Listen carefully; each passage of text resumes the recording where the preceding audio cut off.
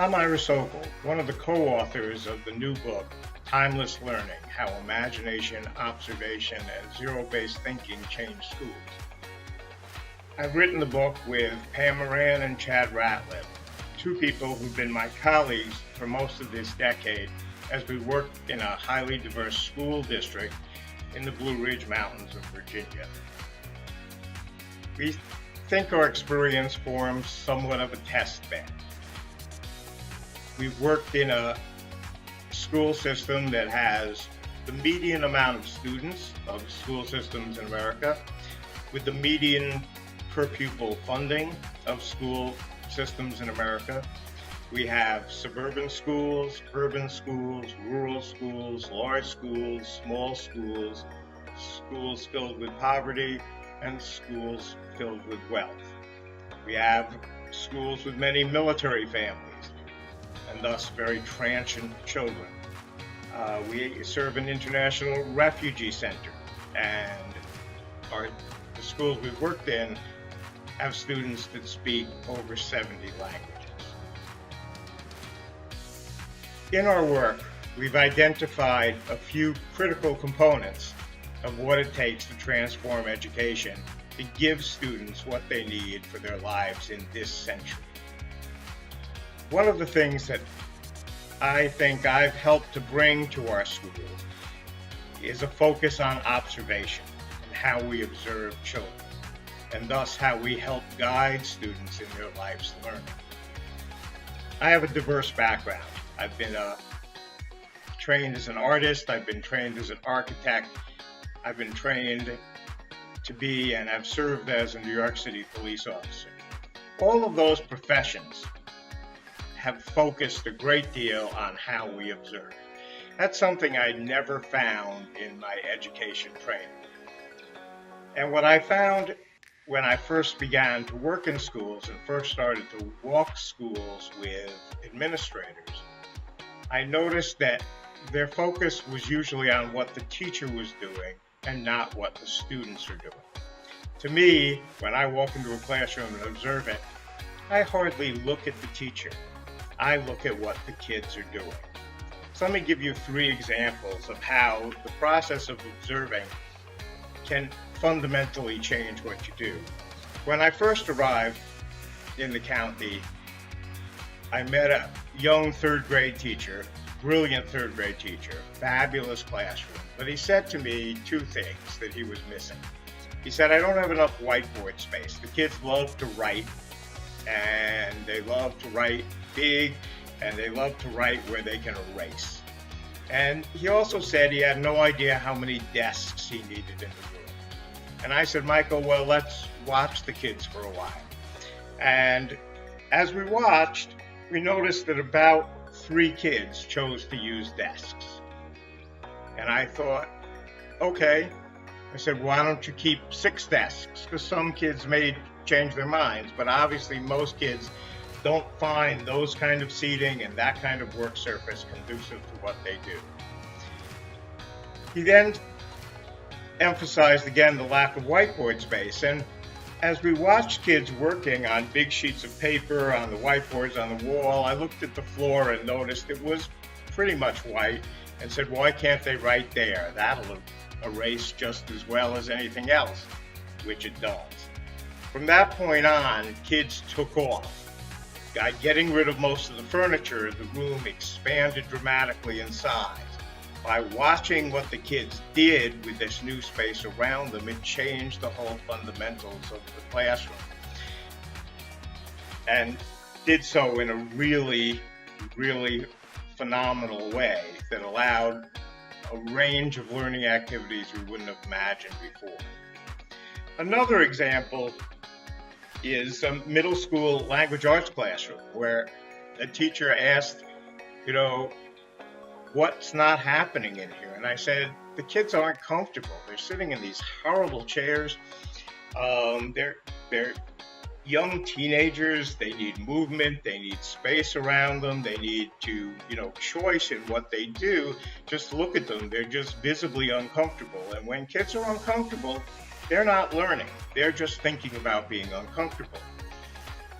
So the teacher and I, her name was Cheryl, she and I went to the county warehouse that we had, and we found lots of old furniture. We found a couple of couches, we found lots of big office chairs, we found rolling chairs, we found different things, and we brought them all back to her classroom. Suddenly, the classroom changed. No longer focused on discomfort, the kids began to write in dramatically different ways.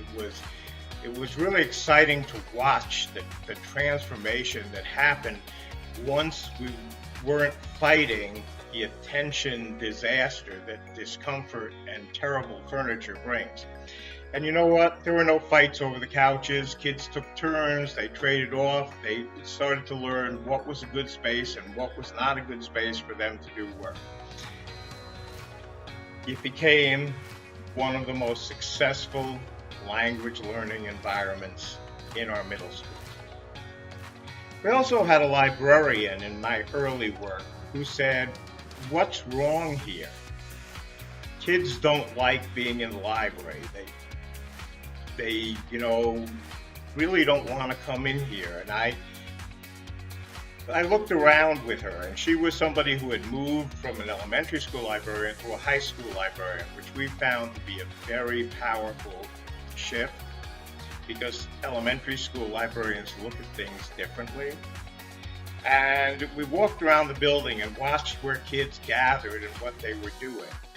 And we immediately started to move the furniture around in the library to create a different kind of set of open spaces, and spaces where kids could sort of hide away with what we call apparent privacy and, sense that they were on their own. That whole notion of creating caves, campfires, and watering holes, which are the timeless places that people choose to learn in.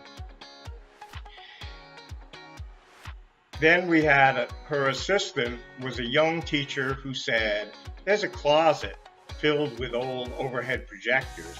Can I get rid of those? I have kids who want to do sound recording.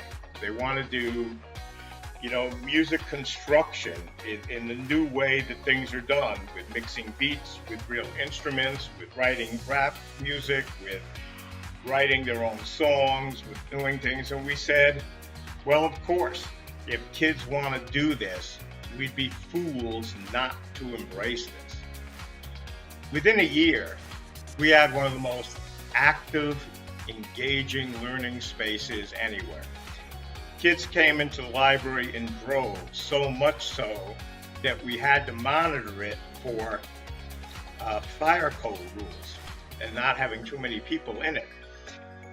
The music construction studio took off. We had rappers working with classical musicians. We had people doing podcasts about political events. We had, a whole record label developed there instantly. And as the kids said, that music construction studio, by pulling in so many different kinds of kids, it changed the atmosphere in the building's hallways. Because now kids knew each other. Kids from different groups knew each other. The library then became this amazing gathering space. Kids ate their lunch there, they came and studied there. It actually became enough of an issue that, some of the school administrators were nervous that kids were cutting class to go be in the library. Imagine that as a library problem, that it's so attractive that kids will come no matter what. And what's amazing about it in the end was that at one point in the summer, when we had moved all the furniture out of the library to replace the flooring, kids were still in there because it was just that level of engaging space. So we always look toward what children are doing, what they want to do, what excites their passions, what grabs their interest, and then we move toward that with deliberate effort. We also have a constant focus on making sure that kids are not uncomfortable. And that requires that teachers stop focusing on the surprising behaviors that they usually do as a discipline problem and start looking at what discomfort means and saying, Maybe you'd be more comfortable if you stood up during this class. Maybe you'd be more comfortable if you sat on the windowsill. Maybe you'd be more comfortable if you lay down on the floor. It all begins with the skill of really deeply observing children and their learning process. For myself, my question is, how do we move to the next step? Not just in the schools the three of us have worked in, but in schools everywhere, so that we begin to build contemporary learning environments that serve our children well.